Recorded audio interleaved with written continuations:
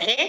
आज आपण इयत्ता 8वीच्या वर्गाची मराठी या विषयाची पायाभूत चाचणी 2025-26 प्रश्नपत्रिका संपूर्ण उत्तरांसहित अभ्यासणार आहोत. विद्यार्थी मित्रांनो, जर तुम्हाला 8वीच्या वर्गाच्या इतर विषयांच्या प्रश्नपत्रिका अभ्यासायच्या असतील तर आपल्या डिस्क्रिप्शन बॉक्समध्ये इयत्ता 8वी प्रश्नपत्रिका प्लेलिस्ट देण्यात आलेली आहे. ती प्लेलिस्ट पहा आणि इतर विषयांच्या प्रश्नपत्रिकेचा देखील सराव करा.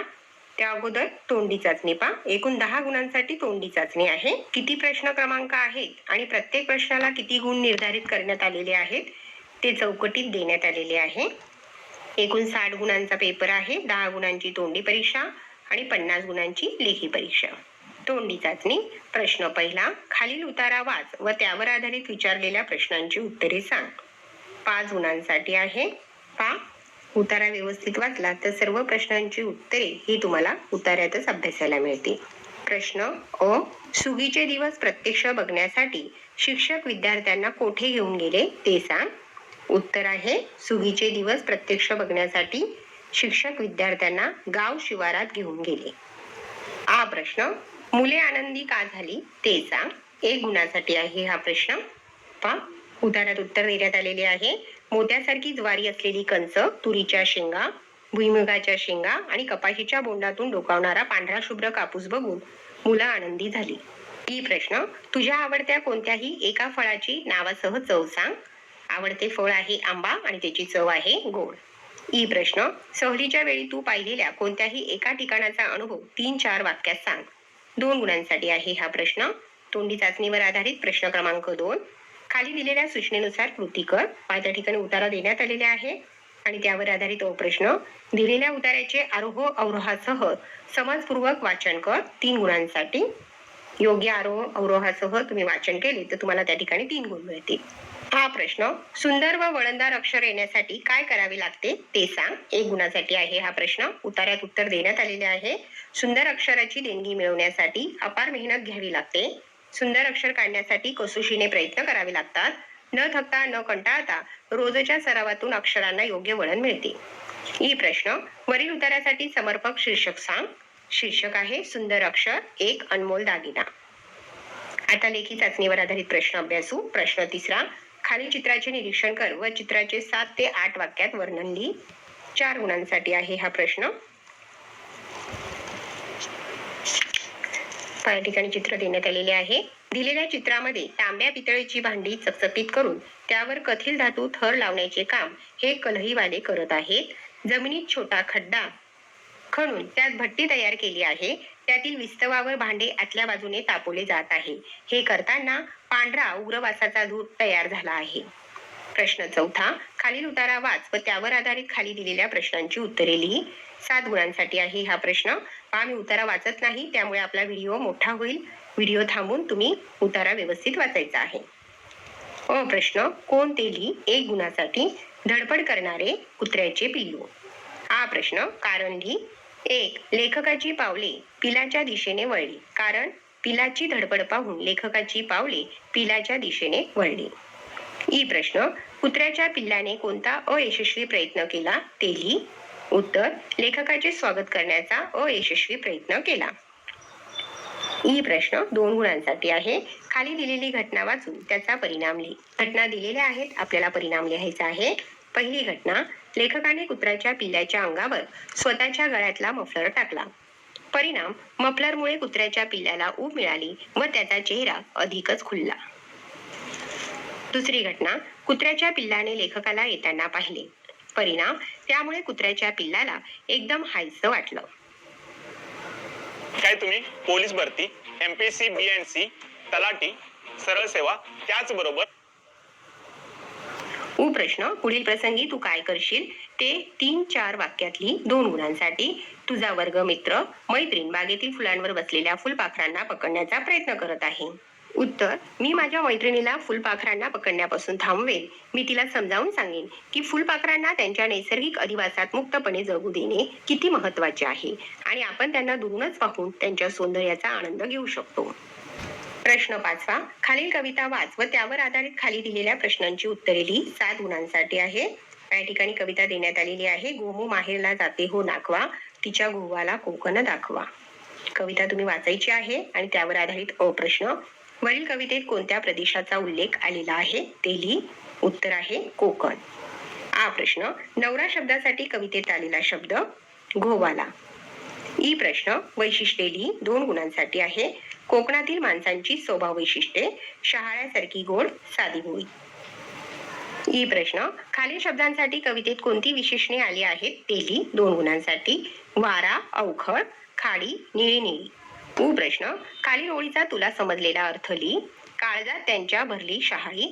त्याचा अर्थ आहे शहाळ्यातले पाणी मधुर व खोबरे गोड असते, त्याप्रमाणे कोकणातल्या माणसांची मने कोमल व स्वभाव गोड असतो. प्रश्न 6वा, खाली दिलेल्या सूचनेनुसार कृती कर. 4 गुणांसाठी आहे प्रश्न 6वा, त्यातील अ प्रश्न 2 गुणांसाठी आहे. खालील कवितेच्या ओळी तुझ्या शब्दात पूर्ण कर. पाऊस आला, धरती आनंदली, धरती आनंदात डोलू लागली. आ प्रश्न, खाली दिलेल्या शब्दांना समानार्थी शब्द लिहून शब्दकोडे पूर्ण कर. 2 गुणांसाठी. रात्र, त्याचा समानार्थी शब्द आपण लिहिलेला आहे रजनी, आणि पाणी नीर. प्रश्न 7वा, खालील विषयावर आधारित संवाद लेखन कर. 5 गुणांसाठी आहे.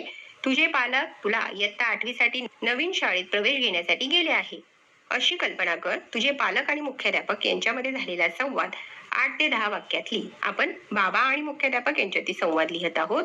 बाबा, नमस्कार मुख्याध्यापक जी. मुख्याध्यापक, नमस्कार, या बसा, काय काम आहे? बाबा, अहो, माझं नाव दिलीप पवार आहे. आम्ही आमच्या मुलासाठी इयत्ता 8वीत प्रवेश घेऊ इच्छितो. मुख्याध्यापक, हो नक्कीच. तुमचं स्थलांतर झालं आहे का? बाबा, हो, आम्ही इथेच जवळ राहायला आलो आहोत. मुख्याध्यापक, ठीक आहे. तुमच्या मुलाचे शाळेतील रेकॉर्ड, गुणपत्रिका आणि इतर आवश्यक कागदपत्रे घेऊन या. बाबा म्हणतात, खूप खूप धन्यवाद. मुख्याध्यापक, तुमचेही आभार. बाबा, अजून काही विचारायचं आहे का? मुख्याध्यापक म्हणतात, नाही, सध्या तरी नाही. तुम्ही आवश्यक कागदपत्रे घेऊन लवकर या. प्रश्न 8वा, खालील उतारा वाच व त्यावर आधारित खाली दिलेल्या प्रश्नांची उत्तरे लिही. 5 गुणांसाठी आहे. या ठिकाणी उतारा देण्यात आलेला आहे. व्हिडिओ थांबवून तुम्ही उतारा व्यवस्थित वाचायचा आहे आणि त्यावर आधारित अ प्रश्न, राजूच्या घरी सुंदर बाग कोणी लावली होती ते लिही. उत्तर, राजूच्या घरी सुंदर बाग राजूच्या आई बाबांनी लावली होती. या सर्व प्रश्नांची उत्तरे ही उतार्यातच आहेत. आ प्रश्न, केव्हा ते लिही. राजूला मनातून आनंद झाला. उत्तर, राजूने लावलेल्या रोपांना आकर्षक व सुवासिक फुले लागली तेव्हा राजूला आनंद झाला. ही प्रश्न, विजयच्या आईने राजूची पाठ का थोपटली ते लिही. कारण राजूने स्वतः लावलेले रोप विजयला दिले. ती भेटवस्तू बघून विजयच्या आईने राजूची पाठ थोपटली. ही प्रश्न, तू तुझ्या मित्राच्या मैत्रिणीच्या वाढदिवसाला भेटवस्तू म्हणून काय देशील व का ते लिही. 2 गुणांसाठी आहे हा प्रश्न. मी माझ्या मित्राला त्याच्या वाढदिवशी एक छान वैयक्तिकृत भेटवस्तू देईन. ती भेटवस्तू त्याच्या आवडीनिवडी व गरजांवर आधारित असेल, जसे की त्याला आवडणारे पुस्तक.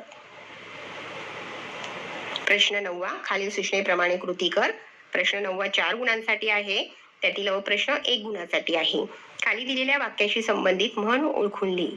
पहा, कंसात म्हणी दिलेल्या आहेत. आपल्याला जे वाक्य दिलेले आहे त्याच्याशी संबंधित म्हण आपल्याला ओळखायची आहे.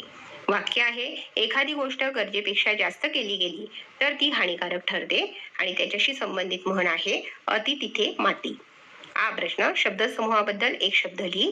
दररोज प्रकाशित होणारे दैनिक. ई प्रश्न, खाली दिलेल्या वाक्यातील योग्य विरामचिन्ह असलेले वाक्य ओळखून लिही. पहा, 2 वाक्य दिलेले आहेत. पहिले वाक्य बरोबर आहे. डबल अवतरण चिन्ह, मला गावाला जायचे आहे. स्वल्प विराम, डबल अवतरण चिन्ह पूर्ण, शार्दूल म्हणाला, पूर्ण विराम. ई प्रश्न, खाली दिलेल्या वाक्प्रचाराचा वाक्यात उपयोग कर. तल्लीन होणे. वाक्य, मेघना चित्र रंगवण्यात तल्लीन झाली होती. प्रश्न 10वा, तुझ्या शाळेत साजरा केलेल्या प्रवेशोत्सवाची योग्य माहिती देणारे भित्तीपत्रक तयार कर व लिही. 3 गुणांसाठी आहे हा प्रश्न. उत्तर, सरस्वती प्रशालेय नवागतांच्या स्वागताने शाळा प्रवेशोत्सव संपन्न. नवे शैक्षणिक वर्ष, नवी पुस्तके, नवा गणवेश आणि नवागतांचे शाळेत पहिले पाऊल अशा उत्साहपूर्ण वातावरणात पुण्याच्या आमच्या सरस्वती प्रशाला विद्यामंदिरात शाळा प्रवेशोत्सव मोठ्या उत्साहाने संपन्न झाला. शालेय परिसरात प्रवेश दिंडीचेही आयोजन करण्यात आले होते. प्रश्न 11वा, तुझ्या वर्ग शिक्षकांची मुलाखत घेण्यासाठी 5 प्रश्न तयार कर. 5 गुणांसाठी आहे हा प्रश्न. 1. तुमची शिकवण्याची शैली काय आहे? 2. विद्यार्थ्यांमध्ये आवड निर्माण करण्यासाठी तुम्ही काय करता? 3. तुम्ही विद्यार्थ्यांना शिस्त कशी लावता? 4. वर्गात एखादा विद्यार्थी मागे पडल्यास तुम्ही काय करता? 5. तुमच्या मते एक चांगला शिक्षक कसा असावा?